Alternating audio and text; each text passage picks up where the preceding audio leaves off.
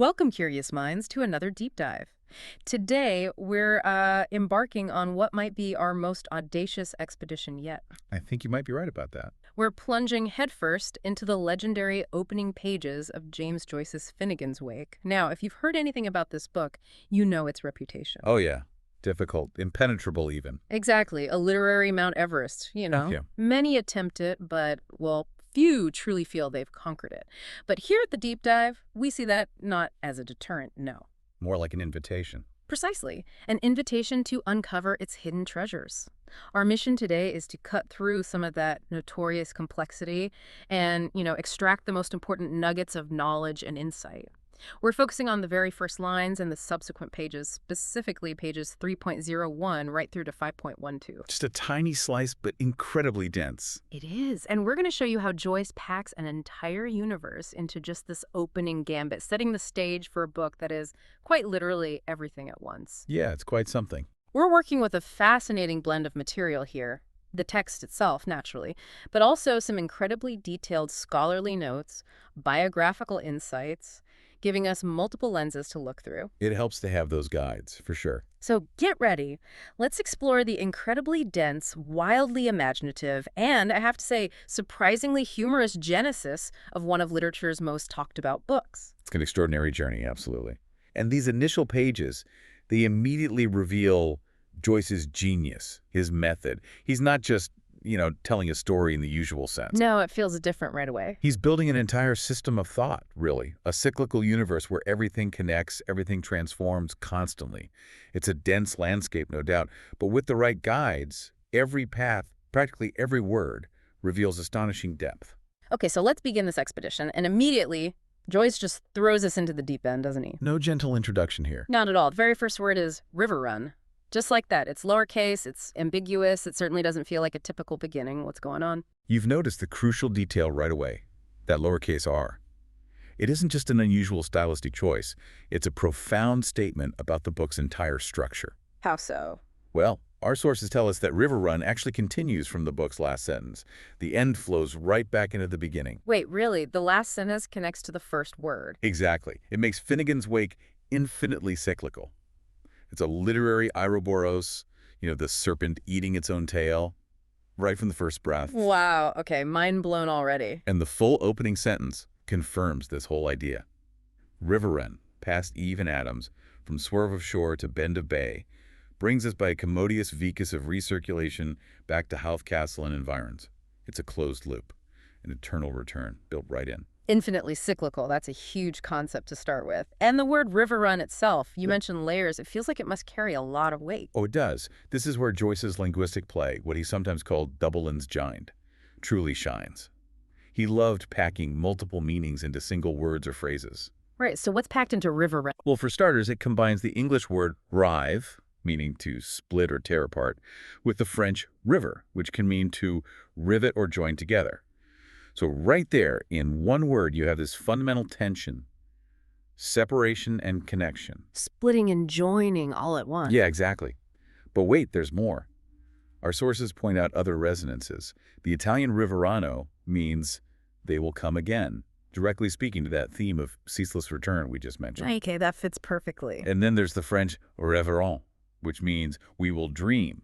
This hints perfectly at the book's pervasive dream state, the feeling that we're inside a sleeping mind, plus maybe reverence we will see again, and even German Erinnerung, meaning memory. So it's about cycles, recurrence, dreams, memory, all in one word. Pretty much. These aren't just clever puns, they're like foundational pillars for the Wake's core themes.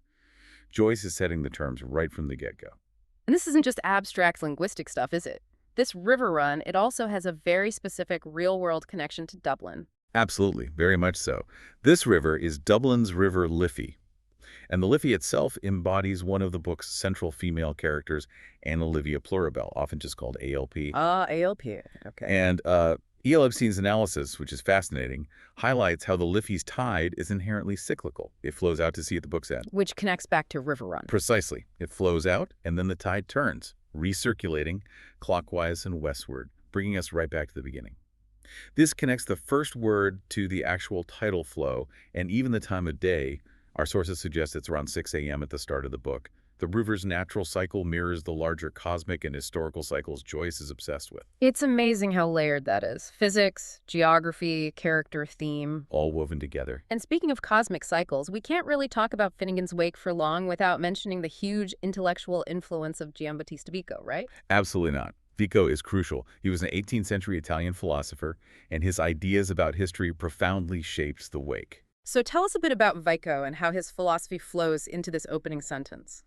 Well, Vico believed history wasn't linear, just progressing forward. Instead, he saw it moving in repeating cycles, which he called ricorso. Ricorso, meaning recurrence or return. Exactly. He outlined a four-stage Viconian cycle. First, the age of gods, think birth, myth, the divine. Then, the age of heroes, aristocracy, marriage, epic deeds. Followed by the age of men, democracy, reason, but also decline and death. Okay, gods, heroes, men.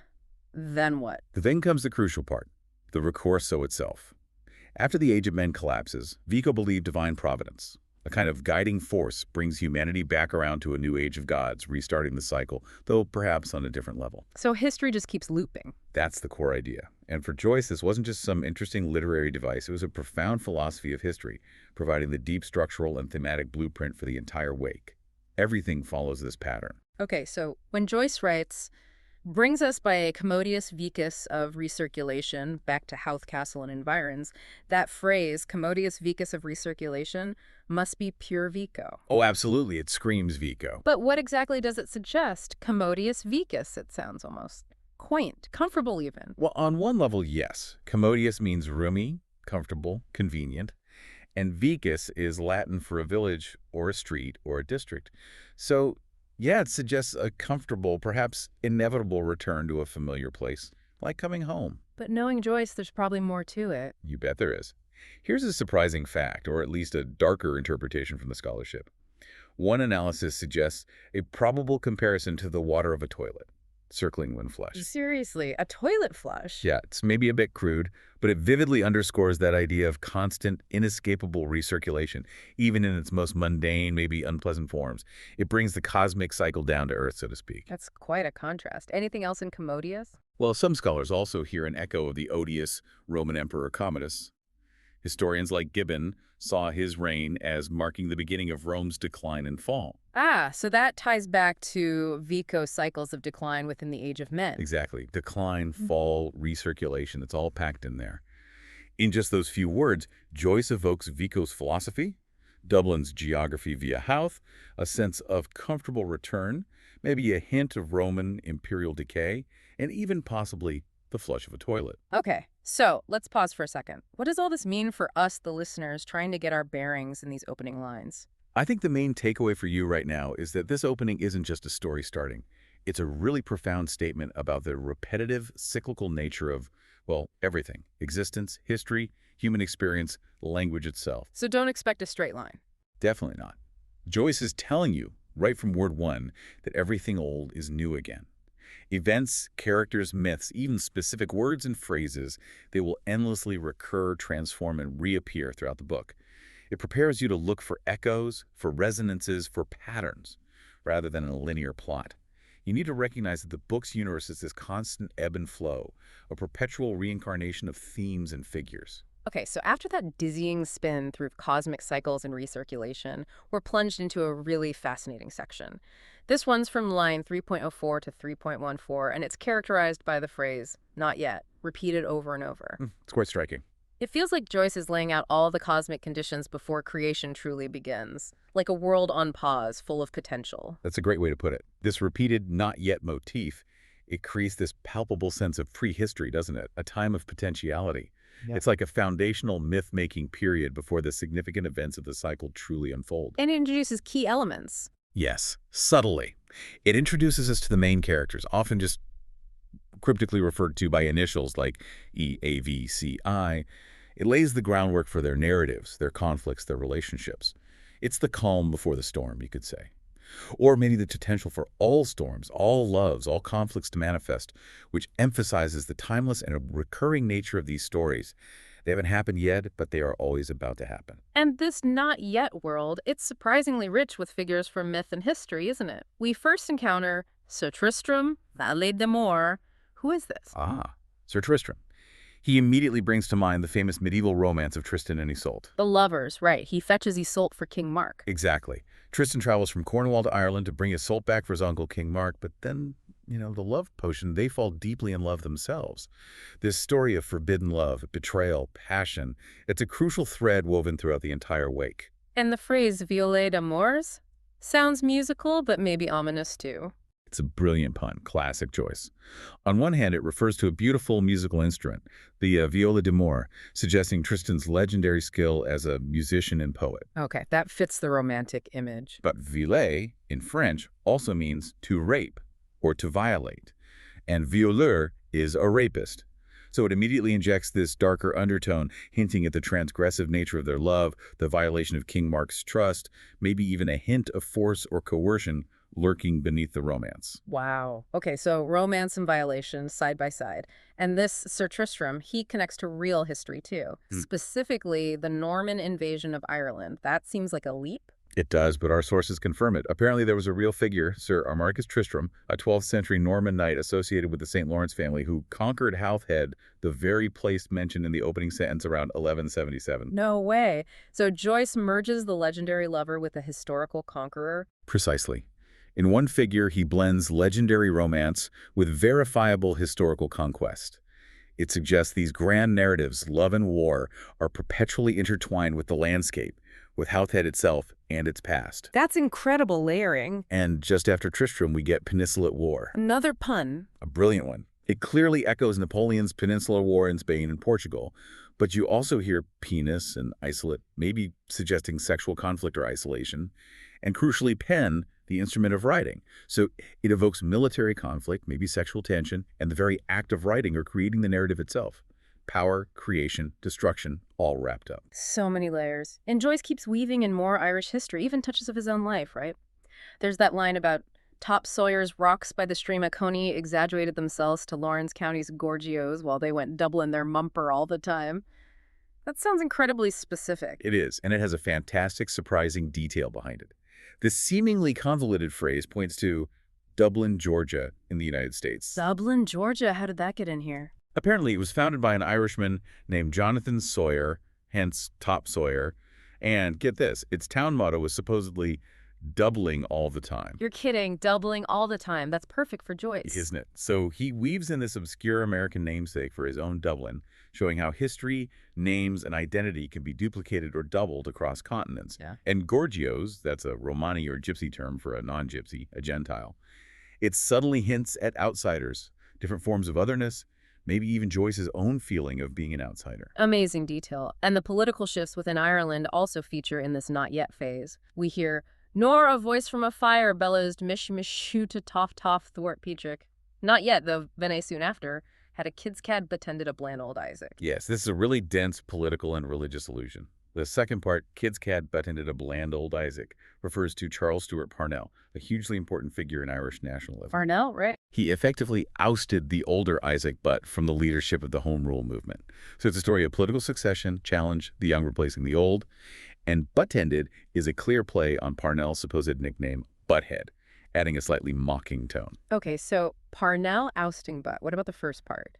Mishi mishte taf taf thort Petrick. That's even more layered. It blends the legend of St. Patrick lighting the Bascal fire on the Hill of Slain in defiance of the pagan High King. A famous Irish story. With God speaking to Moses from the burning bush in Exodus, saying, Moses, Moses. But Joyce translates it. Mishi is Irish for me, or I am, often implying I am Christian in this context, and Taufen is German for to baptize. Tort Petrick is clearly thou art Patrick.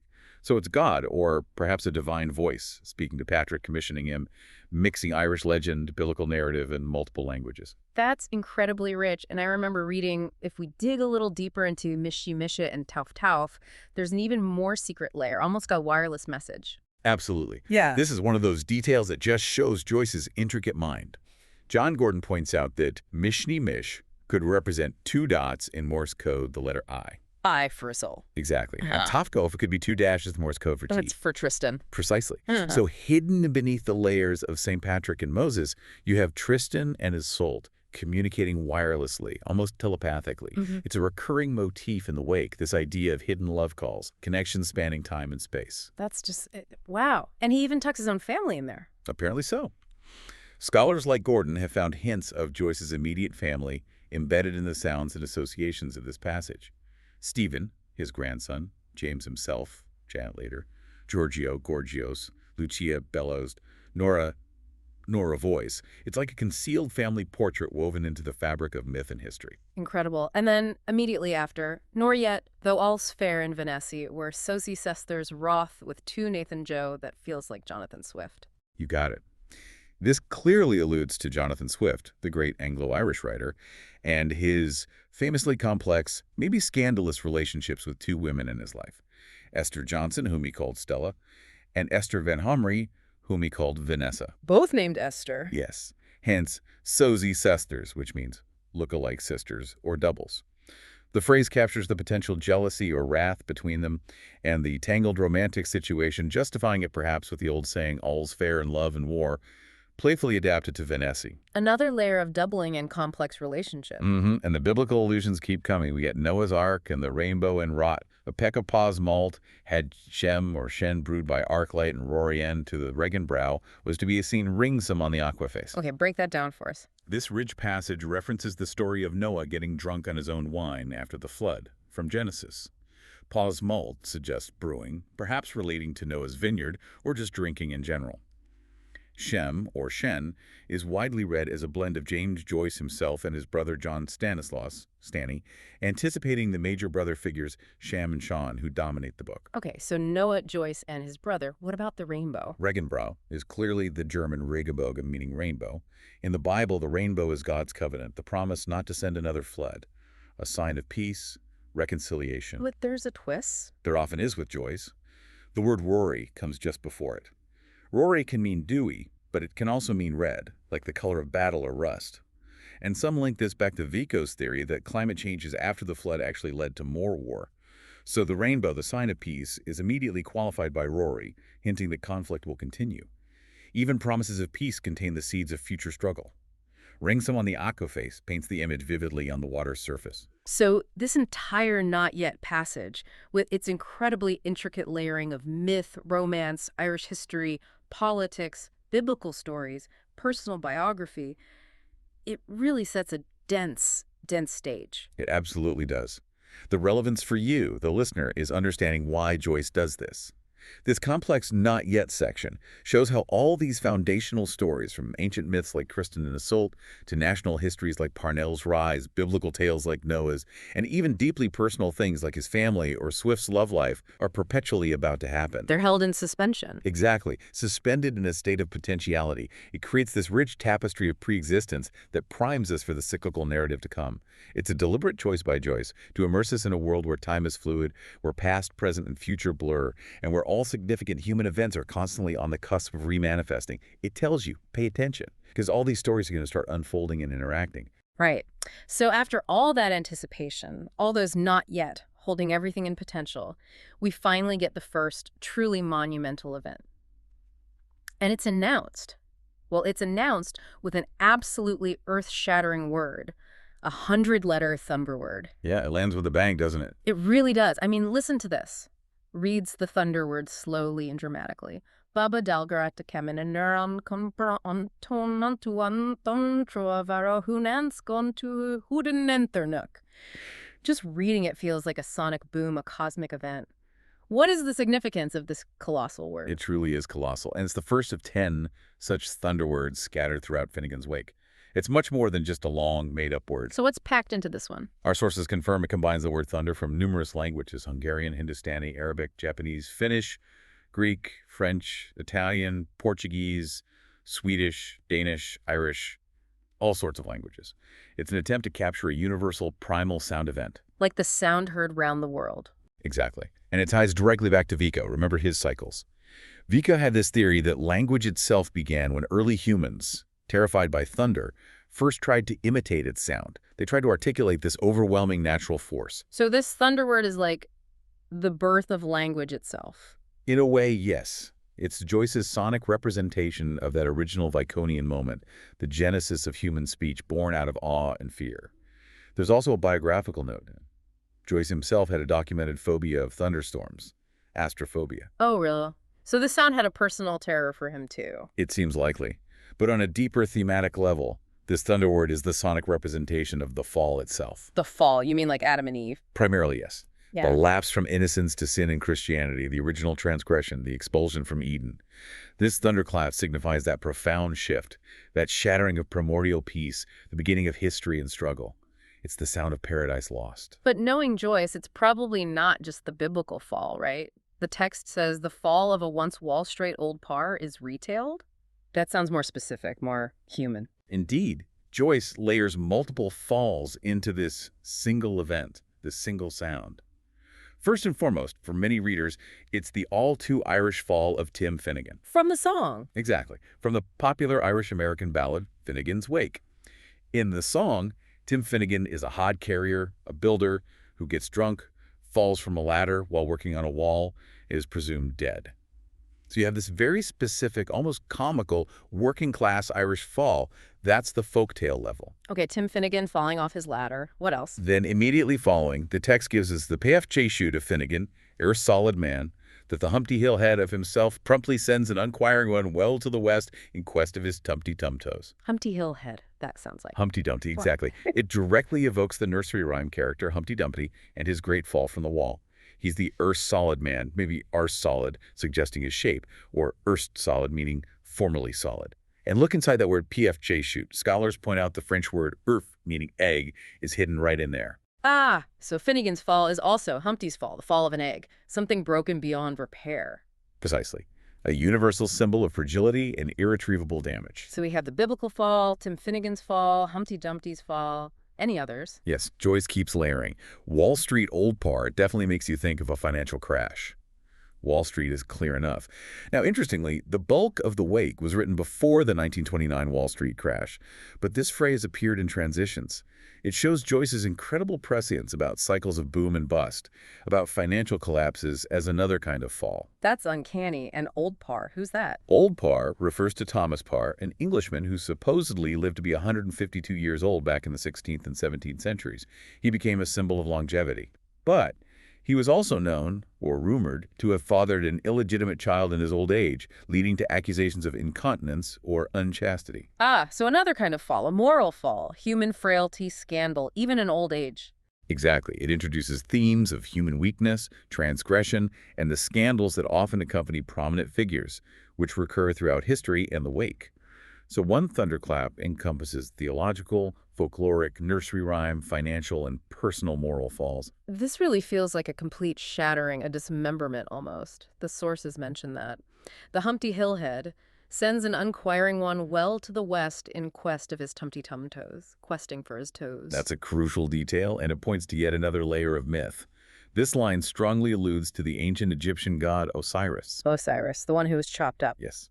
Osiris was murdered and dismembered by his jealous brother Set, and his body parts were scattered across Egypt. His wife Isis had to travel everywhere to collect them. The quest, well, to the west is significant because the west, Amenti, was Osiris's kingdom in the afterlife, the land of the dead. So the fallen figure is now fragmented, scattered, like Osiris. And Joyce maps this onto Dublin. Literally. Our sources tell us that the sleeping or buried giant whose fall this represents is often identified with the landscape of Dublin itself.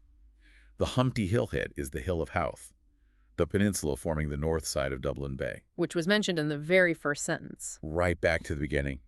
And his feet, his Humpty Tumtoes, are sticking up in Phoenix Park, a large park to the west of Dublin city center. So the entire geography of Dublin becomes the prone body of this fallen, dismembered giant or god. The city itself is the fallen figure. Incredible. And even the Irish flag gets drawn into this fallen state. There's a line, where oranges have been laid to rest upon the green since Dublin's first loved Livy. It's a very powerful, concise image, loaded with meaning. Green, white, and orange are the colors of the Irish tricolor flag, adopted after the 1916 Rising. Green traditionally represents the Catholic nationalist tradition, orange represents the Protestant unionist tradition from William of Orange, and white symbolizes the hoped-for peace between them. Okay, the flag colors. But oranges have been laid to rest upon the green. That sounds negative. It does. It suggests that the hoped-for peace and unity symbolized by the flag has decayed, corroded, or become corrupted, the orange rusting on the green. It hints at the ongoing political tensions and divisions in Ireland. And there's another layer. Our sources note that orange can sometimes be slang for female genitalia. Oh, so that connects back to... Possibly back to Eve in the Garden of Eden, the original temptation, the sexual aspect of the fall. And Devlin's first loved Livy clearly brings us back to Dublin, often nicknamed Devlin or Dublin, and the river Liffey, Livy ALP, grounding these symbolic colors and their decay in a specific location. This whole section is just profound. It really drives home how Joyce sees a single event, the fall, as simultaneously cosmic, historical, folkloric, financial, personal, and even geographical, all embedded within Dublin. Yes, absolutely. The relevance here for you, the listener, is to grasp this multi-layered nature of narrative and event in the wake. Joyce isn't giving you one simple story of a fall. He's showing you that every fall, whether it's Adams, Tim Finnegan's Humpty Dumpty's, or a stock market crash, is interconnected. They're all echoes of each other. It's a constant reenactment. Exactly, a constant reenactment of universal themes, transgression, consequence, fragmentation, the breaking of unity woven into the fabric of both grand myth and the very ground we walk on, the city itself. It really challenges you to see the echoes of these huge narratives in everyday life, in folk tales, even in nursery rhymes. Okay, so after that monumental fall, that shattering thunderclap, we're immediately thrown into a scene of just immense chaos. The sources call it storms of warfare. It feels like a blend of ancient battles with modern sounds, mythological figures clashing with real historical ones. We read, "What clashes here of wills gen once? Oystery gods, gaggin' fishy gods." That line really sets the tone, doesn't it? It immediately thrusts us into a world in turmoil, a world of conflict. Clashes here of wills gen wants. It captures both individual struggles, wills, and maybe collective habits or traditions, wants, what people are wont to do. It's a struggle between desire and resistance, perhaps. And oystery gods, gaggin' fishy gods. That sounds almost comical, but violent, too. It's a fantastic phrase. It vividly represents rivalries, conflicts, one group suppressing or gagging another. On one level, it directly references historical battles, like the Battle of Chalon in 451 AD, a massive clash involving Romans, Visigoths, and Attila the Hun's forces, which included Ostrogoths. So oyster gods likely hints at Ostrogoths. Ah, ancient tribal warfare. Yes. But Joyce also likely slips in a satirical reference to his own work. In Ulysses, there's talk of fish gods of Dundrum, possibly mocking some aspects of the Irish revival movement. So it could also be a swipe at contemporary cultural or intellectual battles, these rival gods gagging each other. It's a world teeming with antagonism, large and small. And the sounds in this section are just incredible. It's not just noise. It's like an entire soundscape of conflict. You've hit on a crucial point. This isn't just gibberish. It's highly specific. Coax is a direct quote from Aristophanes' ancient Greek comedy, The Frogs. It's the chorus of frogs croaking.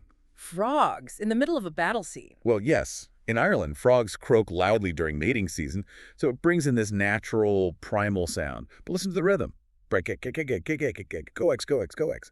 Our sources point out it also evokes the sounds of machine gun fire and artillery barrage, that repetitive, harsh sound. So it's ancient frog calls and modern warfare blended together. Exactly. A jarring mix of the primordial and the terrifyingly modern. And ualu, that's noted as an Irish word, a wailing cry, a lamentation. It underscores the sorrow, the grief, the human cost of all this conflict. And there's a darker hint in Kekek. Yes. Some scholars note the repeated kekek also subtly hints at the initials KKK, the Ku Klux Klan. This injects a layer of racial hatred and secretive violent conflict into this already chaotic global cacophony. So many layers in just those sounds. And we also see references to specific historical skirmishes, weapons, even secret societies emerging from the chaos. Absolutely. Joyce creates these incredibly dense layers of historical allusion. We see battle aries partisans referring to specific types of swords, the curved bedlaire, and pikes called partisans, weapons from different eras. Okay, specific weapons. What about Mathmaster Malachus Migraines and the Verduns? That sounds complex. It's an incredible linguistic cluster, typical of the Wake. Let's try to unpack it. Math can mean to mow or cut down, suggesting slaughter. Master McGrath was a very famous Irish greyhound, known for speed and winning perhaps, suggesting deadly precision in battle. Malachus might refer to the curved sword Malchus, or the biblical figure whose ear was cut off by Peter. Migraines sounds like migraines, headaches from battle, but also evokes fire grenades, possibly linked to the Provençal word migrano, meaning pomegranate, which early grenades resembled. Wow. And finally, the Verduns almost certainly refers to the Battle of Verdun in 1916, one of the longest, bloodiest, and most horrific battles of World War I. So in just a few words, Joyce compresses a history of weaponry, animalistic fury, and warfare spanning centuries, right up to the modern industrial scale of slaughter at Verdun. That's just breathtakingly dense, and these conflicts stretch into more recent Irish history too. Hoyt Boyce of Hooty Head and Killy, Atoll. Yes. Hoyt Boyce of Hooty Head clearly refers to the White Boys, who were 18th century Irish agrarian secret societies. They wore white smocks or shirts as disguises during their nighttime raids against landlords and tithe collectors. Hooty Head reinforces the idea of disguise concealment. And the KKK echo again? Exactly. The hoodie head and the white garb link them, perhaps controversially, to other hooded, secretive, sometimes violent groups like the Klan. Then Killy, that evokes the proverb of the Kilkenny cats. The cats that fought until only their tails were left. That's the one. It's a symbol of utterly feudal, self-destructive conflict where both sides annihilate each other. It speaks volumes about the nature of feuds and endless fighting. And a toll, serves as a mournful bell tolling for the dead amidst all this killing. We also see Sanglorians nearby, which seems to combine the French sans gloire, without glory, with sanglotte, sob, emphasizing the tragic, inglorious reality of these endless battles. It's a bleak picture of conflict. But earlier you mentioned deception being woven in here too, and something about soft advertisement. How does that fit? Right, that comes slightly later in this section, but it connects thematically. Just before the advertising bit, we get the lines, "What true feeling for there's hey air, with what strong voice of false Jacob." Okay, what's that about? This is a direct reference to the Bible, Genesis 27.22. It's the story of Jacob deceiving his blind father Isaac to steal the blessing meant for his hairy older brother Esau. Jacob puts goatskins on his arms to feel hairy, and Isaac says, "The voice is Jacob's voice, but the hands are the hands of Esau." The classic story of deception and stolen birthright. Exactly. There's hay hair is Esau's hair, and the strong voice of false Jacob is Jacob's voice, disguised, perhaps with a nervous hiccup, or just the falseness of Jacob himself. And John Gordon points out a personal layer here too. Joyce, as the second-born son James, might be reflecting on his own complex relationship with primogeniture and inheritance, implicitly identifying with the deceitful but ultimately successful Jacob. So deception is a key theme alongside open conflict. And then the advertising.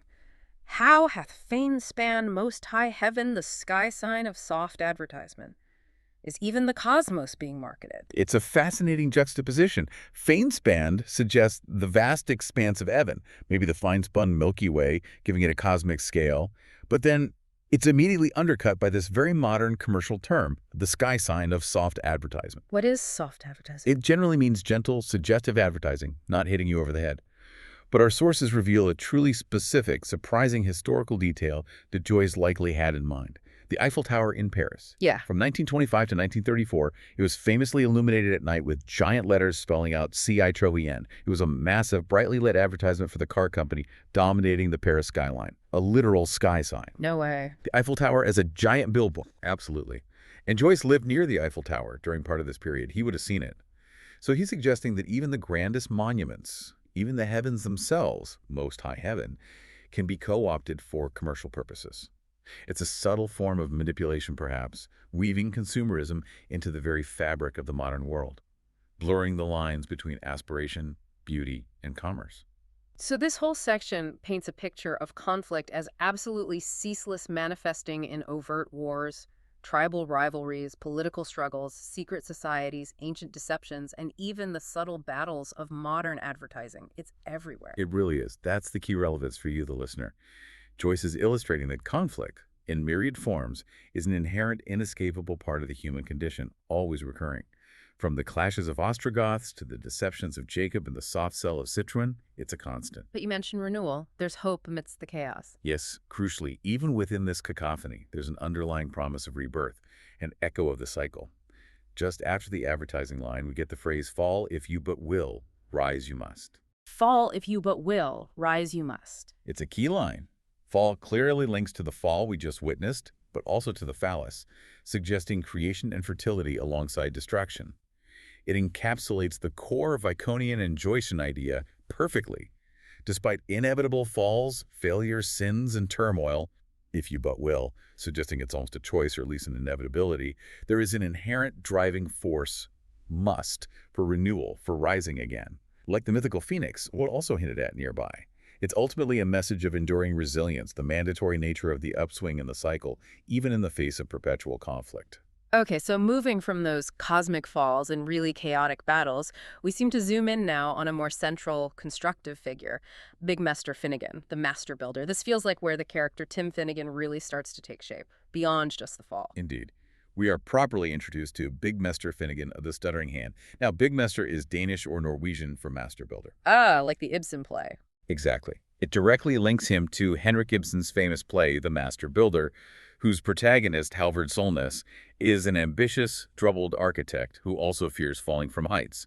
So Finnegan is immediately positioned as this archetypal creator figure, an builder and mason, as one scholar puts it, possibly even hinting at Freemason, given the German word Freimaurer, suggesting secret knowledge and construction.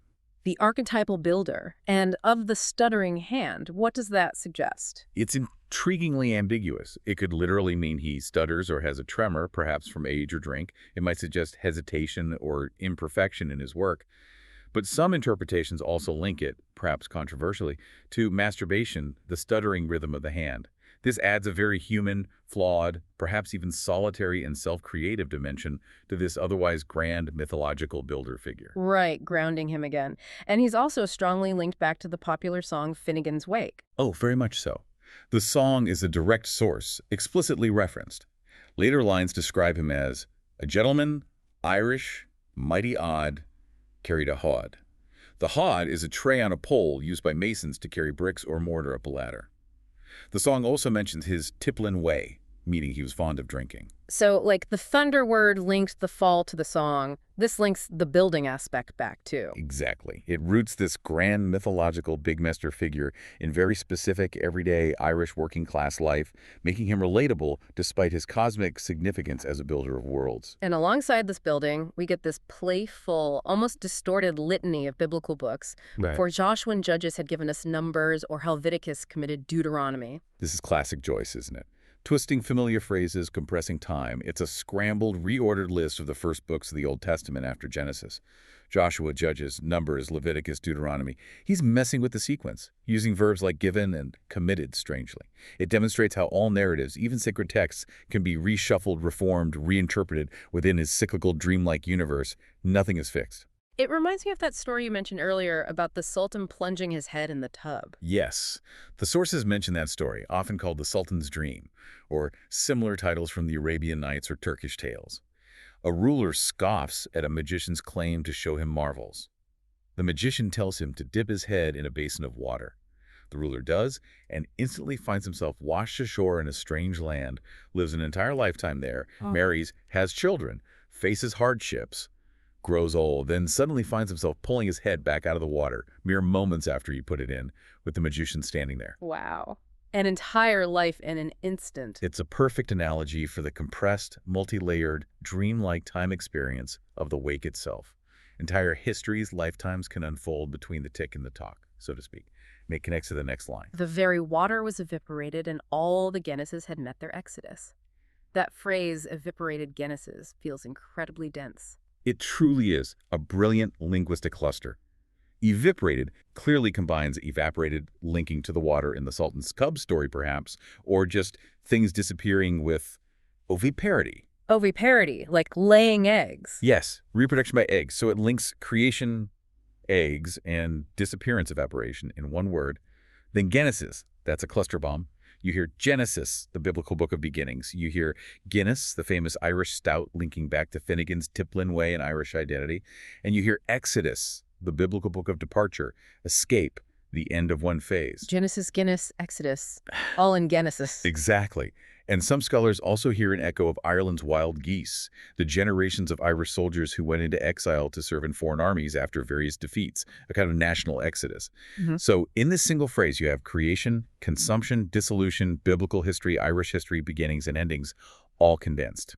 Okay, so our builder Finnegan, despite his Tiplin way, his stuttering hand, he's incredibly ambitious. He's constructing a monumental skyscape, blending the ancient with the strikingly modern. Yes, he's piled building, super building. That's literally building upon building, with building also being German for education, culture, formation. So it's physical construction layered with intellectual or cultural formation. And he's doing this in Topersthorpe, a village of drunkards. Topers, which again subtly connects back to his own drinking habits. And this culminates in a skyscape of most Eiffel Hoyth and Towerly. What's packed into that vision? It's a sky-high vision, all right. Hoyth clearly echoes Hoth, the location from the start, but also height. Entowerly suggests both entirely and toweringly. The skyscape itself seems to combine several things. First, modern skyscrapers, the notes mention the Woolworth Building in New York, once the world's tallest, and possibly the Eiffel Tower again, that sky sign we discussed. Symbols of modern ambition and engineering. Okay, modern towers. What else? Then, the profoundly ancient and mythological. The image evokes the biblical story of Jacob's ladder, the ladder seen in a dream set up on the earth, and the top of it reached to heaven, with angels ascending and descending, a symbol of connection between the earthly and the divine. Jacob's ladder reaching to heaven. And third, it might even allude to the philosophy of John Scotus Erigena, a major 9th century Irish philosopher. Erigena had complex theories about the universe emanating from and returning to God, sometimes described as a quadripartite cyclical nature, which echoes Vico's cycles. So it's a tower that is simultaneously a modern skyscraper, a biblical ladder, maybe even a philosophical model of the cosmos. Individual ambition reaching for the divine, grounded in Irish thought. And this magnificent structure, this tower, it's topped with a burning bush above off its bauble top and with Lawrence O'Toolers clittering up and tumbles of buckets clattering down. Another incredibly rich image. The burning bush immediately makes you think of God speaking to Moses from the bush that burned but wasn't consumed in Exodus 3, a moment of divine revelation, communication from God. Right, Moses again. But it also has more earthly associations. A bush on top of a building can be a traditional sign that the main structure is completed. And in Ireland, a bush hung outside a pub sometimes indicated it sold unlicensed liquor, bringing us back to Finnegan's drinking. A bauble top suggests something decorative, maybe unstable. So, divine revelation, builder's tradition, and maybe an illicit pub sign, all in the burning bush. It seems so, and then the figures climbing up and down. Lawrence O'Toolers clittering up and tumbles of buckets clattering down. This alludes to two prominent saints associated with Dublin and Canterbury. St. Lawrence O'Toole, an Archbishop of Dublin, and St. Thomas of Becket, Archbishop of Canterbury. What's the connection? They were contemporaries in the 12th century, and both faced assault or conflict. Becket, O'Buckets, was famously martyred in his cathedral. Tumbles, perhaps suggesting tomb or tumbling down. O'Toolers, also hinting at toolers or workers, and maybe Laurents, French for thieves, adding moral ambiguity, survived attacks. This imagery of climbing up, clittering, and falling or tumbling down, clattering, perfectly represents the constant rise and fall, the ambition and the peril, the saintliness, and perhaps the sinfulness inherent in all acts of building, all human endeavor, and life itself. It's Jacob's ladder again, but with real historical figures embodying the upward struggle and the downward fall. This section really reveals the multifaceted nature of creation itself, doesn't it? From grand architecture to linguistic invention, interwoven with personal habits, folklore, biblical myth, philosophical ideas. Absolutely. The relevance here, I think, is showing how our identities, and indeed our shared reality, our universe, are constructed layer by layer, just like Finnegan's Tower. Every act of creation, whether it's building a skyscraper, writing a book, or even just forming a sentence, is this complex interplay of personal flaws, stuttering hand, Tiplin way, historical influences, Ibsen, saints, mythological archetypes, Jacob's ladder, burning bush, and philosophical frameworks, Vico, Erigena. It suggests our grandest ambitions are still rooted in the everyday, the flawed. Exactly. It suggests that even our most ambitious endeavors are tinged with human frailty.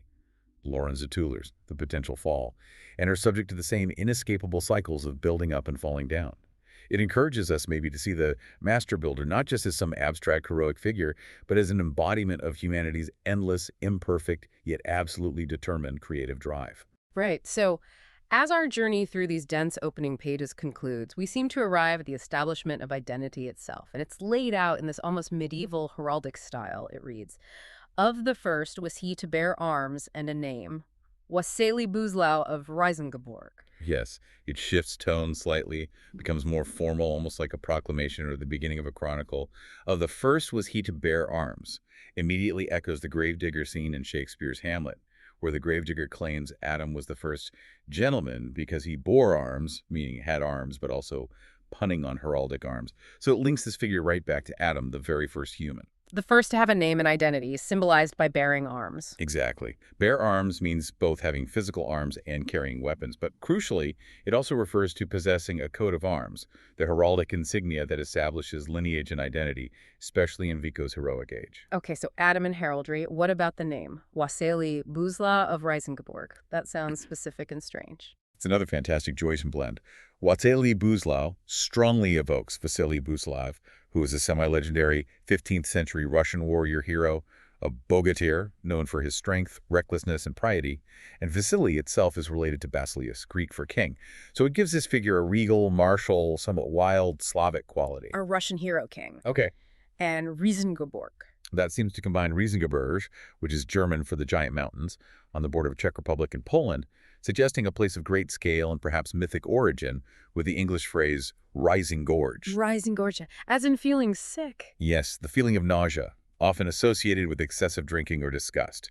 So the heroic figure, this Adam Vesely character, is simultaneously a king, associated with giant mountains, and possibly a common drunk suffering from indigestion or hangover. It's that characteristic Joycean mix again, the sublime and the very ordinary, the heroic and the bodily flawed. Always bringing it back down to earth. Then we get this incredibly detailed description of his coat of arms. It feels like it must be more than just standard heraldry. It reads, his crest of heraldry, invert with ancillars, troublant, argent, a he-goat, poursuivant, horrid, horned, his scutcheon fest with archers strung helio of the second. Whoa! Yeah, that's a masterclass in condensed symbolic language using heraldic terms but twisting them. Let's try to break it down. Heraldry is clearly heraldry, the language of coats of arms, which Vico assigned to his heroic age, but you can also hear the German word her, meaning whore, slipped in there. Whore. So nobility mixed with something illicit again. It subtly hints at themes of moral ambiguity, hidden scandals beneath the noble surface. Vert is the heraldic term for green, and argent is silver or white. These happen to be colors associated with Dublin's civic heraldry, grounding it locally again. Ancillars likely refers to the female figures, sometimes called handmaidens or supporters, that flank Dublin's actual coat of arms. But Joyce adds troublant, French for disturbing or alluring, suggesting these female figures are not just passive decoration. Okay, green and silver, troubling handmaidens. What's the main image? The central image on the shield seems to be a he-goat, poursuivant, horrid, horned. A he-goat is a he-goat. Goats can symbolize virility, lust, even the devil in some traditions. Horrid here might retain its older Latin meaning of bristly or shaggy, describing the goat's appearance, but it also suggests something frightening. And horned is crucial. It means having horns naturally, but it's also the classic symbol for a cuckold, a husband whose wife has been unfaithful. So the central figure is a lusty, maybe frightening cuckolded goat. Seems like it. And he's described as poursuivant. A poursuivant is a junior heraldic officer, but it also literally means pursuer or suitor. So maybe this horned he-goat is pursuing the alluring female ancillars. It's a little drama playing out on the shield. Wow. And the rest? His scutcheon fest with archers strung, helio of the second. Scutcheon is a Joycean distortion of escutcheon, the shield itself. Fest means it has a broad horizontal band across the middle. Archers strung suggests readiness for battle, perhaps linking back to Vasily the warrior. Helio means sun, likely referring to a rising sun, which is a common heraldic charge symbolizing glory or beginning. Of the second is heraldic jargon, meaning the second color mentioned, which was argent, silver, white. So it's a complex symbolic portrait. Green and white, pursuit, lust, cuckoldry, aggression, hope, all formally laid out like an official identity. It shows identity itself as a constructed thing full of contradictions. And the final lines of this whole opening section seem to bring us right back to that cyclical nature of identity, but with a kind of playful, almost mocking tone. Ho ho, Mr. Finn, you're going to be Mr. Finnegan. Comedy Morm, and oh, you're Vine. Sunday's Eve, and you're Vinegar. Ha ha ha, Mr. Fun, you're going to be fined again. This is just brilliant. It perfectly encapsulates the book's cyclical core, but with this dark, almost music hall humor. Finn is the diminutive of Finnegan, but also means fair or white in Irish, maybe linking to the argent in the coat of arms. He's told he's going to be Mr. Finnegan, emphasizing the inevitable return, the recurrence. The cycle continues. Exactly. And the transformation. Common Mormon, oh, your vine, Sunday's eve, and your vinegar. Monday morning, your wine full of life, intoxicating. Sunday evening, your vinegar soured, decayed. It's a perfect, simple metaphor for the cycles of life, of boom and bust, good times turning bad, youth turning tage, only for the potential of renewal to come around again. It's poignant, but also matter of fact. And the final pun. Mr. Fun, you're going to be fined again. It plays on Finnegan becoming fun, suggesting maybe the absurdity or fun of it all, but also the consequences. Fined again implies repeated punishment, transgression, the cyclical nature of getting caught or paying the price for your actions, maybe linking back to old Par's incontinence or Adam's sin. It means there's no true escape, no final ending, only another turn of the wheel, another beginning, another potential fall and fine. Identity itself is fluid, perpetually Finnegan and Finnegan, rising and falling, souring, and maybe, just maybe, becoming wine once more. Hashtag outro. Wow, what an absolutely incredible journey through just these first, 2 and a bit pages of Finnegans Wake. It feels like we've covered lifetimes already. It really does. We've seen the book literally start at its own end with Riverrun. We've been guided by Vico's mind-bending cosmic cycles. We explored that primordial not yet world, just teeming with myth and history about to happen. Then the thunderclap, the great fall, echoing through Tim Finnegan, Humpty Dumpty Adam. Right. And plunged into those chaotic battles, the clashes of gods and frogs and historical figures, even down to deceptive advertising. Then watched the master builder, Big Mr. Finnegan, construct his symbolic universe, his tower reaching for the heavens, but rooted in flaws. And finally, contemplated that complex, contradictory heraldry of identity, only to end up right back at the beginning, ready to be Finnegan. So after all that, what does this all mean for you, our listener? I think it means that Joyce wasn't just, writing a book in the conventional sense. He was creating an entire linguistic universe. Absolutely. Where every single word, every sound seems to be a puzzle, a poem, a historical document, a philosophical argument, all layered on top of each other. He's showing us, isn't he, that history, identity, language itself, none of it is fixed. It's all fluid, constantly echoing, transforming, recirculating, just like that river at the start. Yeah, it's really an invitation, I think, to see the world differently.